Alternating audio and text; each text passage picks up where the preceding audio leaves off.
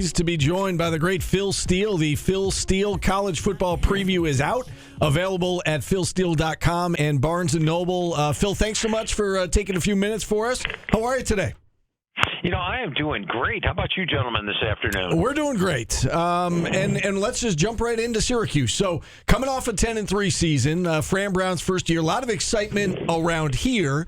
But the national analysts, aren't as excited about this team this year. And I guess let's start there. Is it because of the schedule that Syracuse faces? Why you have them, I'll say, so low this year? They're right in the middle of the pack in the country.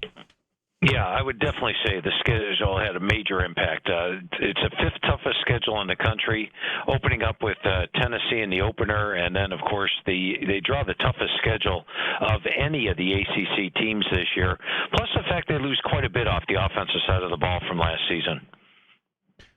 All right. What is your biggest concern with this team? And, I guess we'll start at the quarterback position. You lose Kyle McCord to the NFL. They've got a couple of options in Ricky Collins from LSU and Steve Angeli, the transfer from Notre Dame. How do you see that position shaking itself out? And I guess how concerned are you that they go from McCord, a proven commodity, to two players that maybe have a lot of potential, but, certainly don't have a ton of experience anyway at the college level? Yeah, I think you hit it right on the head. McCord came in a veteran starter for a playoff team the previous year, threw for close to 5,000 yards with 34 touchdowns, 12 interceptions. Now, Angeli looked good in limited action with Notre Dame, and Ricky Collins has all the physical attributes that you want out of a quarterback, but neither one's got the experience level that Kyle McCord had. And last year, the offense really did revolve around Kyle McCord. You look at the fact that the top three running backs last year combined for just 1,227 rushing yards. It was an offense driven by the quarterback. So that probably is a concern, as is losing the starters up front on the offensive line and the top 1,000-yard rusher, plus the top two receivers from last year. No doubt a really difficult schedule. I see Vegas has Syracuse at over under 5.5 wins. You obviously need to get to 6 to get to a bowl game. What kind of odds would you give the Orange to end up in the postseason, even if it was 6-6? I'd give him pretty good odds on that. Fran Brown impressed the hell out of me last year, coming in, getting 10 wins out of that team that he did last season. So I would expect them to be above expectations. I think when you look at the schedule, they'll be favored over Connecticut naturally, Colgate naturally. They'll be favored over Duke at home, Pitt at home. The North Carolina game, a big one at home, but they get it at home, and Boston College. And I love the home atmosphere that was brought in last year by Fran Brown. I think that this is a team that can easily get to that 6-win total this year. So I'd be picking over 5.5. All right, take us around the rest of the ACC now, and who do you see as the ACC champ, and who do you see getting into the playoff? Do they get two teams from the ACC again in the playoff? Yeah, I think they definitely get two teams in the playoff. And my champ this year would be Clemson. When I look at this team, you go back to 2 years ago with Clemson, they had a depleted receiving core. Well, last year, all those injured players got returned, plus they added some key players. Cade Klubnik was a much better quarterback because of it. This year, all the receivers are back. I rate it the number 2 receiving core in the country. Offensive line, I rate number 2 in the country. And you got a guy like Cade Klubnik throwing the football. They're going to be dangerous. And defensively, they took a step back last year. They actually allowed 374 yards per game, unusual for them. But this year they've got everybody back. They bring in Tom Allen as a defensive coordinator. I think they'll have that usual tough defense. And when I look at Clemson's schedule, I've got them favored in all 12 games. So I think Clemson is the cream of the crop in the ACC. But right up there near them, you got SMU, which returns a quarterback in Kevin Jennings, and a good portion of last year's squad. Mario Cristobal has done a great job adding talent this year. Plus, remember last year their secondary was depleted. Ruben Bain and Messidor were used as coverage guys sometimes. Now it'd be pure rushers. They've got Carson Beck at quarterback.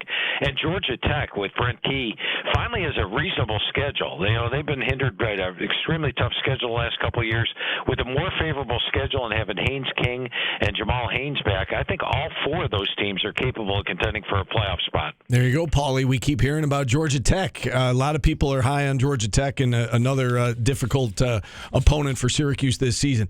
All right, so we took care of the ACC. Let's look around at some of the other power conferences now, and let's go to the SEC next. How do you kind of handicap, the top contenders in that conference?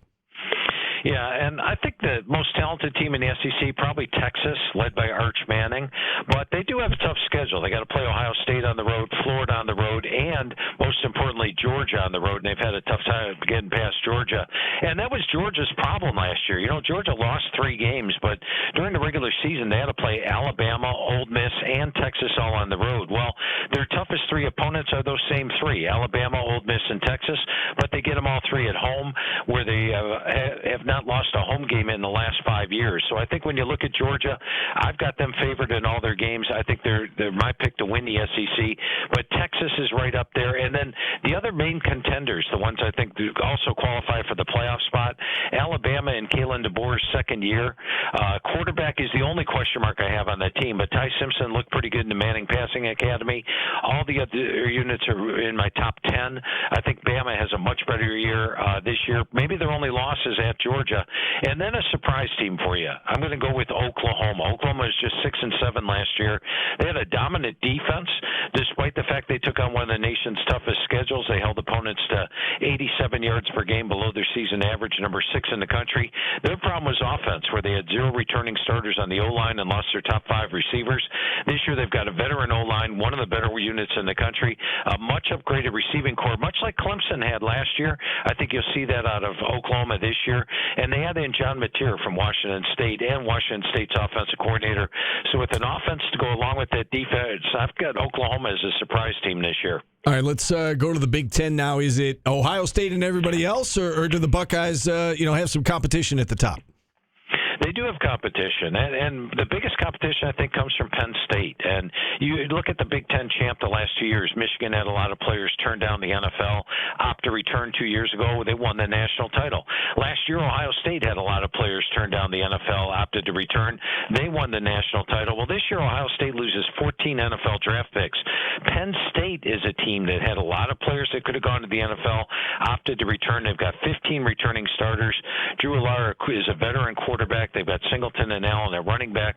My number 1 rated offensive line, number 1 rated running backs, and defensively, all 3 units rank in my top 6. They do have to play Ohio State on the road, but Penn State's actually my pick to win the Big Ten this year. All right, and let's move on to the Big 12.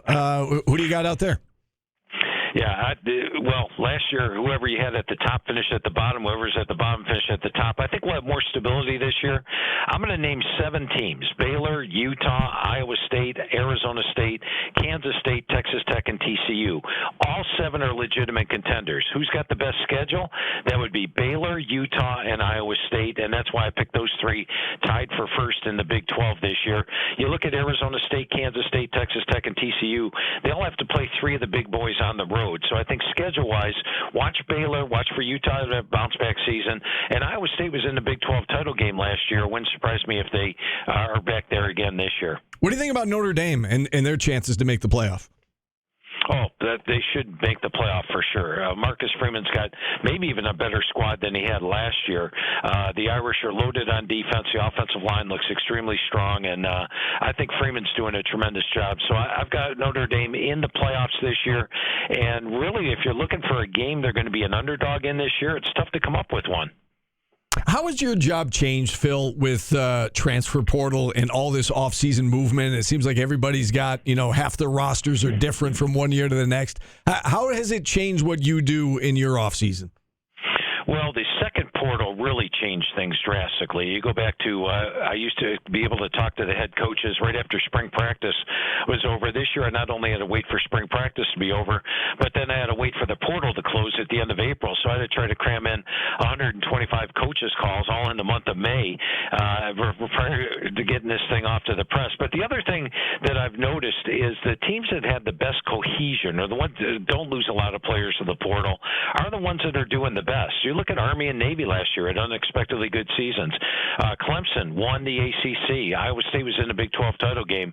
So I look at the teams that aren't turning over 60, 70 players, and I look at them as having an opportunity to really thrive this year.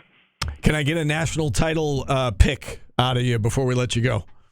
Oh, absolutely. Let's go with Clemson out of the ACC to play in the title game against Penn State out of the Big Ten, and I'm going to go with Penn State to win it all. I know James Franklin hasn't won a lot of big games, but he has a team that is loaded to do it. And remember, Michigan had that same knock against them 2 years ago. Oh, they haven't won a lot of big games, but they ended up winning the title with a veteran team. So I'm going with Penn State to win it all. All right, and I'm going to add one follow-up question if I could. You mentioned Clemson. You think you got them in the national title game. You think the conference definitely gets 2 in the playoff. Do you think the ACC is getting stronger, I guess, as we move along here? There's been a kind of a knock against the conference that, for a while it was Clemson, Florida State, and not much after that. Do you feel like the conference is improving from top to bottom? Absolutely. I would rate it the third best conference out there. Naturally, the Big Ten and the SEC are a step ahead of everybody else. But you look at it, the Georgia Tech being so much better, the job that Brom's doing at Louisville, adding a guy like Bill Belichick at North Carolina, what's that going to do? And then how about Florida State? Only 2 wins last year. They're going to be a lot better. This is a loaded conference top to bottom. I think the ACC is definitely improving each year. Phil, we love having you on this show. Thanks so much for coming on again. You can get the Phil Steele College Football Preview. It's available at philsteele.com, Barnes & Noble. We really appreciate the time, Phil. Thanks so much. Hey, a lot of fun talking football with you guys today. Thanks for having me on. All right, the great Phil Steele joining us here on the program. And with that, we'll hit our final timeout. We will wrap up the show next on ESPN Radio.